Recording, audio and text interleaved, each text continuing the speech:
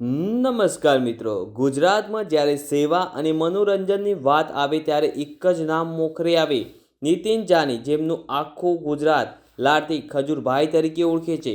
એક સામાન્ય comedy creator શરૂ કરીને હજારો લોકોના ઘર બનાવનાર મસીહા બનવા સુધીની તેમની સફર અત્યંત પ્રેરણાદાયક રહી છે. મિત્રો, નીતિન જાની, જેને આખું ગુજરાત ખજૂરભાઈ તરીકે ઓળખે છે. ખજૂરભાઈનો જન્મ 24 મે 1986માં સુરતમાં થયો હતો. ખજૂરભાઈ એક મોટા પરિવારમાં જન્મ્યા. 4 ભાઈઓ અને 3 બહેનો સાથે 7 બાળકોનું કુટુંબ. પિતા એક વિધિસરના બ્રાહ્મણ અને ધાર્મિક વક્તા હતા, જેઓ 1990ના દાયકામાં વિદેશોમાં પણ ધર્મ પ્રવચન કરતા હતા.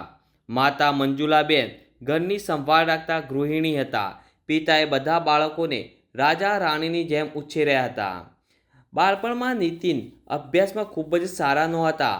તેઓ છેલ્લી બેન્ચ પર બેસતા અને શિક્ષકો ભણાવતા હોય ત્યારે મોઢેશ્વરીની દુકાનેથી ખમણ અને સેન્ડવિચ ખરીદીને સાથેના વિદ્યાર્થીઓને વેચતા. પોતે ભૂખ્યા રહી જાય તો પણ બીજાને ભૂખ્યા ન રહેવા દે, આ વિચાર તેમના અંતરમાંથી આવતો. શાળા બંધ કરીને કેનાલમાં તરવા જવું, શરારતો કરવી, આ બધું તેમનું રોજિંદા જીવન હતું. છતાં આજે પણ તેઓ પોતાના શિક્ષકો અને પ્રિન્સિપાલ સાથે સંપર્ક જાળવી રાખે છે. તેમના મનમાં બાળપણથી જ પોલીસ અધિકારી બનવાનું સપનું હતું, પરંતુ કલાકાર બનવાની કોઈ યોજના નહોતી. કહેવાય છે કે કલાકાર બનવું તો નસીબમાં લખેલું હતું.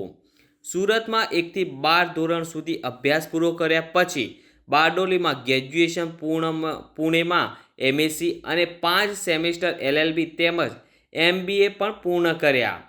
શિક્ષણ પૂરું થયા પછી તેઓ IT કંપનીમાં જોડાયા અને માસિક 70,000 રૂપિયા સુધીની સેલેરી મેળવતા હતા. પરંતુ દિવસમાં 9 કલાક કોમ્પ્યુટર સામે બેસવું તેમને ન ગમ્યું. તેઓ માણસો સાથે વાત કરવા, ફરવા અને કામ કરવા માંગતા હતા.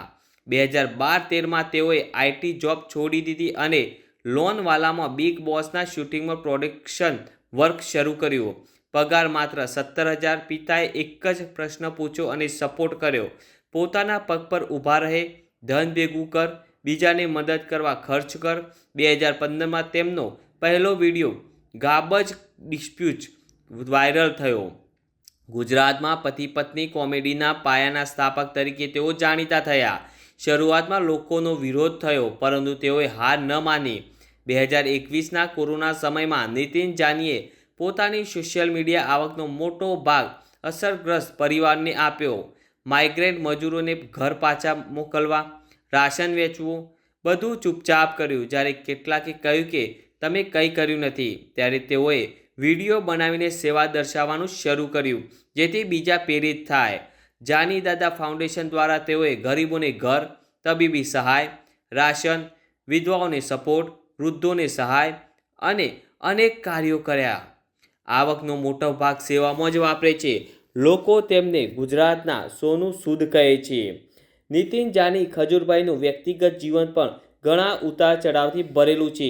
વર્ષ 2018માં એક જ ઇન્ટરવ્યૂમાં તેમણે પોતે જાહેર કર્યું હતું કે તેમની પત્નીનું નામ વિધિ જાની છે અને તેઓ સિનિયર સોફ્ટવેર એન્જિનિયરમાં કામ કરે છે.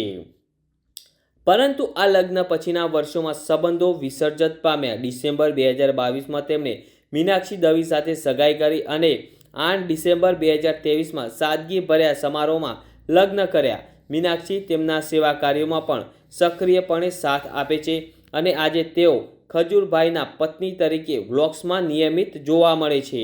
ખજૂરભાઈએ બતાવ્યું કે હાસ્ય અને સેવા એકસાથે ચાલી શકે છે. તેઓ કહે છે કે સેવા એ નશો છે. ગુજરાતીઓ સરળતાથી ઝૂકતા નથી. તેમનો આદર કરો, માતા પિતાને જીવનમાં સન્માન આપો. તેમના 6 મિલિયનથી વધુ ઇન્સ્ટાગ્રામ ફોલોવર્સ અને કરોડો વ્યૂઝ દર્શાવે છે કે લોકો તેમની સાથે જોડાયેલા છે. ખજૂરભાઈ એટલે કે નીતિન જાની માત્ર કન્ટેન્ટ ક્રિએટર નથી, તેઓ ગુજરાતના સેવાભાવીનું જીવંત ઉદાહરણ છે. 375+ ઘરો, અસંખ્ય જીવોને સ્પર્શ, હાસ્યની વર્ષા અને સતત પ્રયાસ, આ બધું તેમને અદ્ભુત બનાવે છે. વિવાદો હોય તો પણ તેમના સકારાત્મક કાર્યો અનેક ગણી વધારે છે. જો તમને પણ સેવા કરવા માંગો છો તો તેમના વ્લોગ્સ જુઓ. જાની દાદા ફાઉન્ડેશનને સપોર્ટ કરો અને પોતાના ક્ષેત્રમાં પ્રયાસ કરો.